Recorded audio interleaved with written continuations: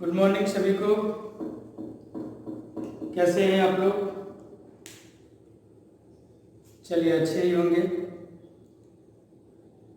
आइए हम लोग थ्योरी में देख रहे थे डीसी जनरेटर्स।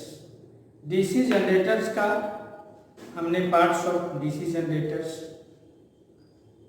फ्लेमिंग के दाएं हस्त का नियम, armature, EMF equation of DC generators, इन सभी के बारे में पढ़ लिया है, जान लिया है।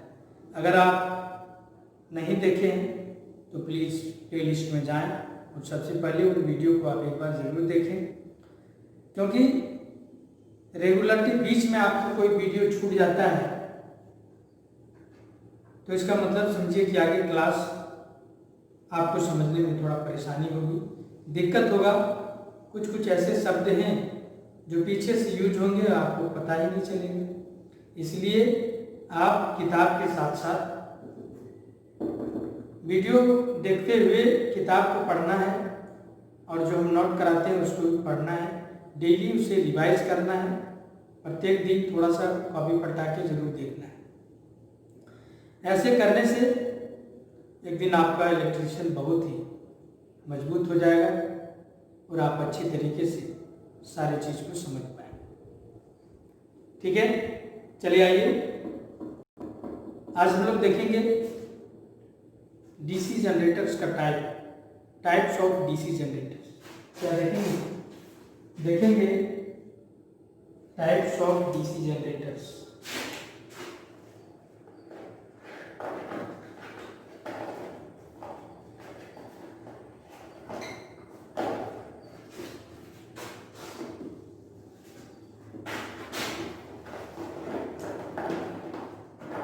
मार्कर थोड़ा ले ले नया वाला, ये देखने में आप लोगों को प्रॉब्लम होता है।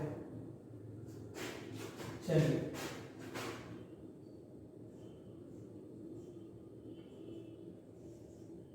Types of DC generators.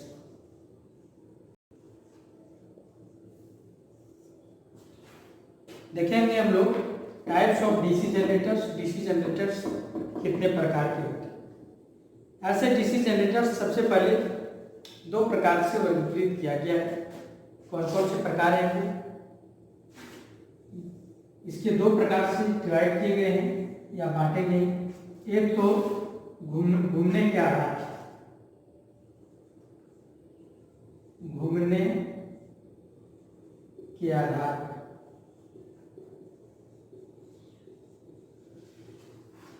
एक क्या है?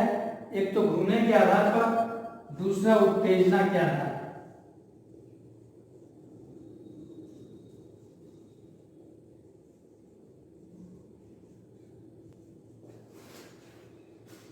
पहला क्या है? घूमने के आधार पर, रोटेशन के आधार पर, और दूसरा जो है एक्साइटेशन के आधार पर। दो प्रकार से बांटा गया है या दो प्रकार से देखते हैं। घूमने के आधार पर और उत्तेजना के आधार पर क्या होता है? घूमने के आधार पर कि हम डीसी जनरेटर्स को मैकेनिकल एनर्जी देना पड़ता है, वो मैकेनिकल एनर्जी इलेक्ट्रिकल एनर्जी में कन्वर्ट होता है। तो वो मैकेनिकल एनर्जी क्या होता है कि हम उसके आर्मेचर घुमाने का काम करते हैं। जैसे ही मैग्नेटिक फील्ड के बीच आर्मेचर घुमाते हैं तो उस आर्मेचर में उपस्थित कंडक्टर में ईएमएफ उत्पन्न हो जाता है और उसी ईएमएफ को हम लोग एज ए करंट वोल्टेज के रूप में प्रयोग करते हैं। तो हम मोटर को किस प्रकार से घुमा रहे हैं, एक तो वो हो गया कि आर्मेचर को किस प्रकार से घुमा रहे हैं। दूसरा उत्तेजना के आधार पर, मतलब जो फ्लक्स निकला, फ्लक्स हम लोग कैसे दे रहे हैं। ठीक है, एक तो फ्लक्स के आधार पर, क्यों? क्योंकि उसमें जो ईएमएफ बनेगा दोनों पर डिपेंड करेगा, फ्लक्स पर भी डिपेंड करेगा और उसके स्पीड पर भी डिपेंड करेगा। तो हम लोग सबसे पहले घुमाने के आधार पर देखेंगे कि कितने प्रकार से इसको घुमा सकते हैं, और दूसरा प्रकार देखेंगे कि कितने प्रकार से इसमें मैग्नेटिक फील्ड हम लोग दे सकते हैं। ठीक है, तो घूमने के आधार पर होता है तीन प्रकार का। कितने प्रकार का? ठीक है, तीन प्रकार के होते हैं घूमने के आधार पर। जैसे अगर जल के द्वारा घुमाते हैं हम लोग, ठीक है, जल के द्वारा घुमाएंगे तो जल टरबाइन कहलाएगा। क्या कहलाएगा? जल टरबाइन। ठीक है। अगर हम इसको किससे घुमाएंगे? अगर इसको हम लोग जो है वायु से घुमा रहे हैं, ठीक है, या वाष्प से घुमा रहे हैं, जैसे एनटीपीसी थर्मल से, तो वाष्प टरबाइन हो जाएगा।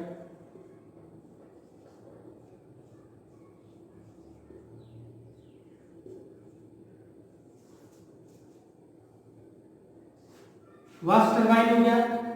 अगर हम डीजल मशीन के थ्रू घुमा रहे हैं उसे, तो डीजल टरबाइन हो गया।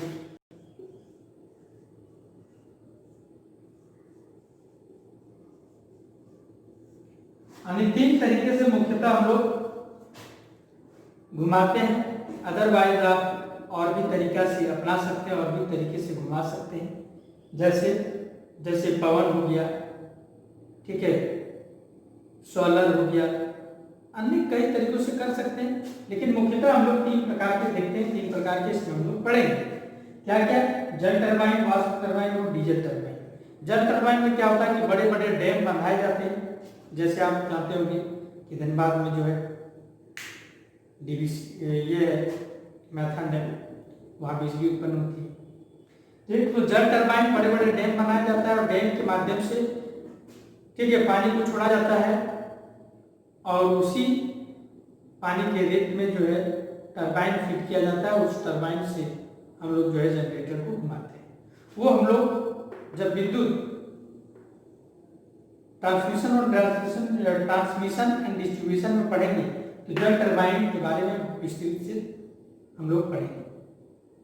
वाष्प टरबाइन, जो कोयले से हम लोग सबसे पहले पानी को वाष्प में बना देते हैं और वाष्प को जो है पाइप के माध्यम से टरबाइन के पास ले जाते हैं और टरबाइन घूमने लगता है, जिससे बिजली उत्पन्न होती है। तो जो वाष्प से घुमाते हैं हम लोग वाष्प करते हैं, जिसे थर्मल पावर एनटीपीसी जिसको बोलते हैं, नेशनल पावर कॉर्पोरेशन। ठीक है। नेक्स्ट है डीजल टरबाइन। डीजल तो आप लोग खुद ब खुद देखे ही होंगे, शादी ब्याह में जो डीजल मशीन के द्वारा घुमाते हैं, या डीजी जो बहुत बड़ा बड़ा संस्थानों में लगे हुए होते हैं, ठीक है, तो वो डीजल टरबाइन होगी। ये 3 प्रकार के घुमाने के आधार पर हम लोग जानेंगे। उसके बाद उत्तेजना के आधार पर, उत्तेजना के आधार पर क्या है, एक्साइटेशन के आधार पर आने की फील्ड को हम लोग कैसे उत्तेजित करेंगे, किस प्रकार से करेंगे। ठीक है। तो एक तो होता है, इसमें 2 प्रकार का होता है। एक तो होता है स्व उत्तेजित। क्या होता है? स्व उत्तेजित, सेल्फ इंडक्शन।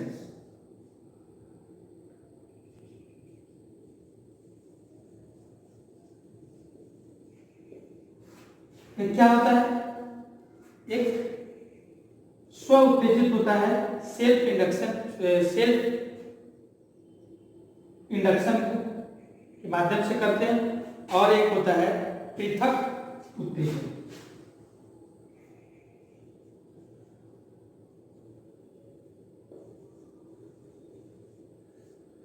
पृथक उत्तेजित यानी सेपरेटली।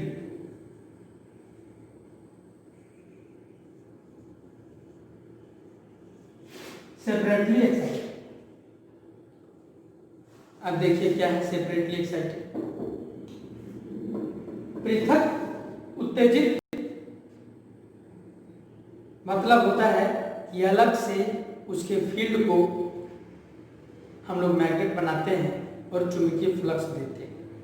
ठीक है, ये तो पृथक उत्तेजित है, यानी कि सेपरेट करके देते हैं, बैटरी से देते हैं या कई अन्य डिवाइस से उस फील्ड को, जो जिस फील्ड में मैग्नेटिक फ्लक्स निकल रहा है, उसको अलग से करते हैं। मेनली हमें जो पढ़ना है वह स्व उत्तेजित पढ़ना है। सेल्फ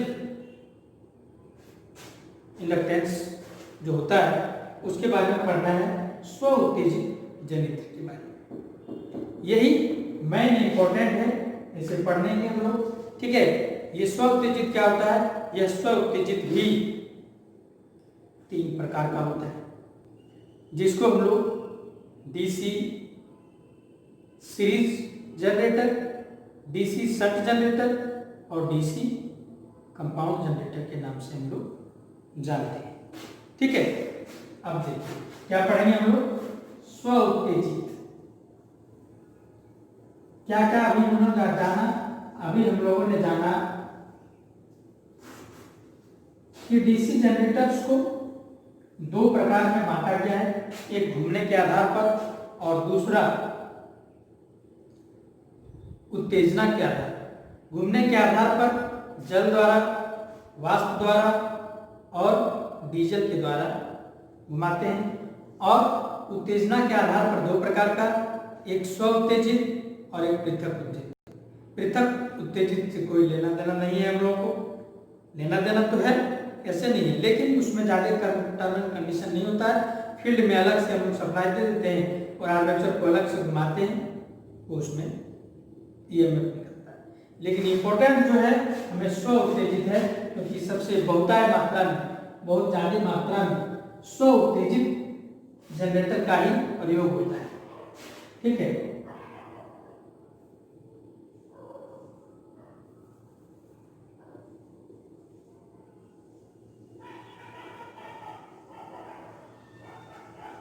स्व उत्तेजित डीसी जनरेटर्स।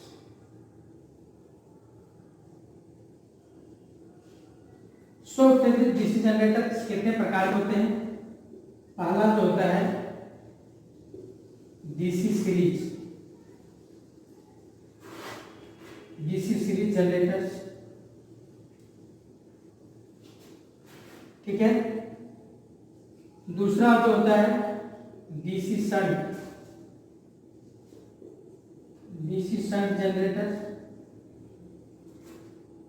और तीसरा जो होता है डीसी कंपाउंड।